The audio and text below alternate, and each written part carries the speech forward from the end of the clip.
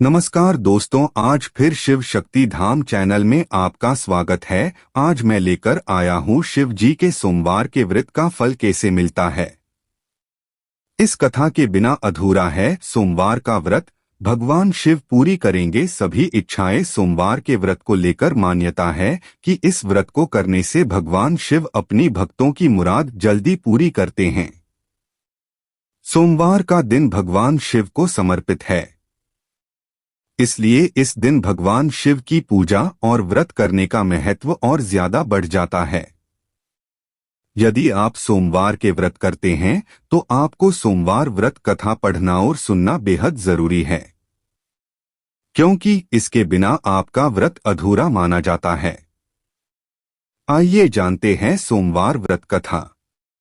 देवों के देव महादेव बहुत ही भोले माने जाते हैं, इसलिए उनका एक नाम भोलेनाथ भी है।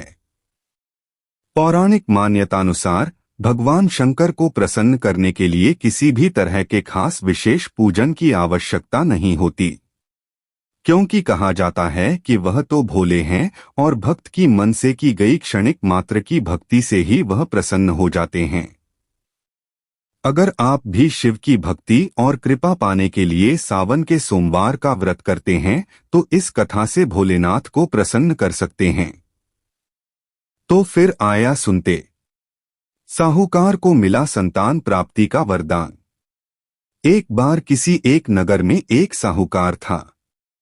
उसके घर में धन की कोई कमी नहीं थी, लेकिन कोई संतान न होने के कारण वह बहुत दुखी था। संतान प्राप्ति के लिए वह हर सोमवार को व्रत रखता था और पूरी श्रद्धा के साथ शिव मंदिर जाकर भगवान शिव और माता पार्वती की पूजा करता था। उसकी भक्ति देखकर एक दिन मां पार्वती प्रसन्न होकर भगवान शिव से साहूकार की मनोकामना पूर्ण करने का निवेदन किया।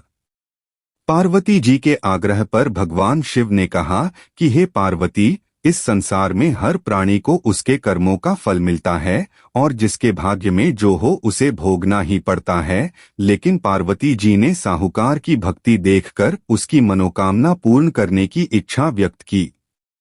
माता पार्वती के आग्रह पर शिवजी ने साहूकार को पुत्र प्राप्ति का वरदान तो दिया, लेकिन उन्होंने बताया कि यह बालक 12 वर्ष तक ही जीवित रहेगा। साहूकार के पुत्र का कुछ ऐसे हुआ विवाह। माता पार्वती और भगवान शिव की बातचीत को साहूकार सुन रहा था, इसलिए उसे ना तो इस बात की खुशी थी और ना ही दुख।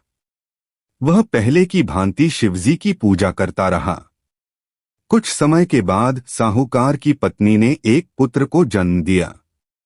जब वह बालक 11 वर्ष का हुआ तो उसे पढ़ने के लिए काशी भेज दिया गया। साहूकार ने पुत्र के मामा को बुलाकर उसे बहुत सारा धन देते हुए कहा कि तुम इस बालक को काशी विद्या प्राप्ति के लिए ले जाओ। तुम लोग रास्ते में यज्ञ कराते जाना और ब्राह्मणों को भोजन दक्षिणा देते हुए जाना। दोनों मामा भांजे इसी तरह यज्ञ कराते और ब्राह्मणों को दान दक्षिणा देते काशी नगरी निकल पड़े। इस दौरान रात में एक नगर पड़ा जहां नगर के राजा की कन्या का विवाह था, लेकिन जिस राजकुमार से उसका विवाह होने वाला था वह एक आंख से काना था। राजकुमार के पिता ने अपने पुत्र के काना होने की बात को छुपाने के लिए सोचा क्यों न उसने साहूकार के पुत्र को दूल्हा बनाकर राजकुमारी से विवाह करा दूं। विवाह के बाद इसको धन देकर विदा कर दूंगा और राजकुमारी को अपने नगर ले जाऊंगा। लड़के को दूल्हे के वस्त्र पहनाकर राजकुमारी से विवाह करा दिया गया। साहूकार के पुत्र के निकले प्राण। साहूकार का पुत्र ईमानदार था।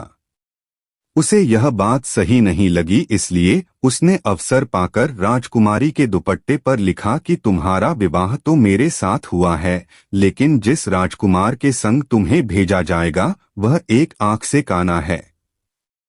मैं तो काशी पढ़ने जा रहा हूँ। जब राजकुमारी ने चुन्नी पर लिखी बातें पढ़ी तो उसने अपने माता पिता को यह बात बताई।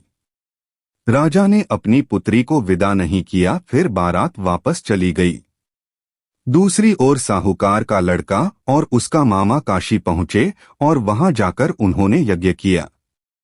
जिस दिन लड़का 12 साल का हुआ उस दिन भी यज्ञ का आयोजन था। लड़के ने अपने मामा से कहा कि मेरी तबीयत कुछ ठीक नहीं है।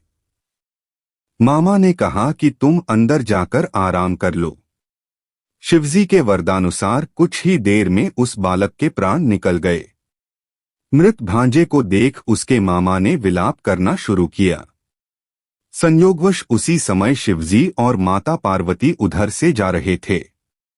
पार्वती माता ने भोलेनाथ से कहा, स्वामी, मुझे इसके रोने के स्वर सहन नहीं हो रहा, आप इस व्यक्ति के कष्ट को अवश्य दूर करें। शिव जी की कृपा से जीवित हो उठा साहूकार का बेटा। जब शिवजी मृत बालक के समीप गए तो वह बोले कि यह उसी साहूकार का पुत्र है जिसे मैंने 12 वर्ष की आयु का वरदान दिया था। अब इसकी आयु पूरी हो चुकी है। लेकिन मातृभाव से विभोर माता पार्वती ने कहा कि हे महादेव, आप इस बालक को और आयु देने की कृपा करें, अन्यथा इसके वियोग में इसके माता पिता भी तड़पत कर मर जाएंगे। माता पार्वती के पुनः आग्रह पर भगवान शिव ने उस लड़के को जीवित होने का वरदान दिया। शिवजी की कृपा से वह लड़का जीवित हो गया। शिक्षा पूरी करके लड़का मामा के साथ अपने नगर की ओर वापस चल दिया। दोनों चलते हुए उसी नगर में पहुंचे जहां उसका विवाह हुआ था। उस नगर में भी उन्होंने यज्ञ का आयोजन किया। उस लड़के के ससुर ने उसे पहचान लिया और महल में ले जाकर उसकी खातिरदारी की और अपनी पुत्री को विदा किया। सबकी मनोकामनाएं होती हैं पूर्ण। इधर साहूकार और उसकी पत्नी भूखे प्यासे रहकर बेटे की प्रतीक्षा कर रहे थे। उन्होंने प्रण कर रखा था कि यदि उन्हें अपने बेटे की मृत्यु का समाचार मिला तो वह भी प्राण त्याग देंगे, परंतु अपने बेटे के जीवित होने का समाचार पाकर वह बेहद प्रसन्न हुए। उसी रात भगवान शिव ने साहूकार के स्वप्न में आकर कहा, हे श्रेष्ठी, मैंने तेरे सोमवार के व्रत करने और व्रत कथा सुनने से प्रसन्न होकर तेरे पुत्र को लंबी आयु प्रदान की है।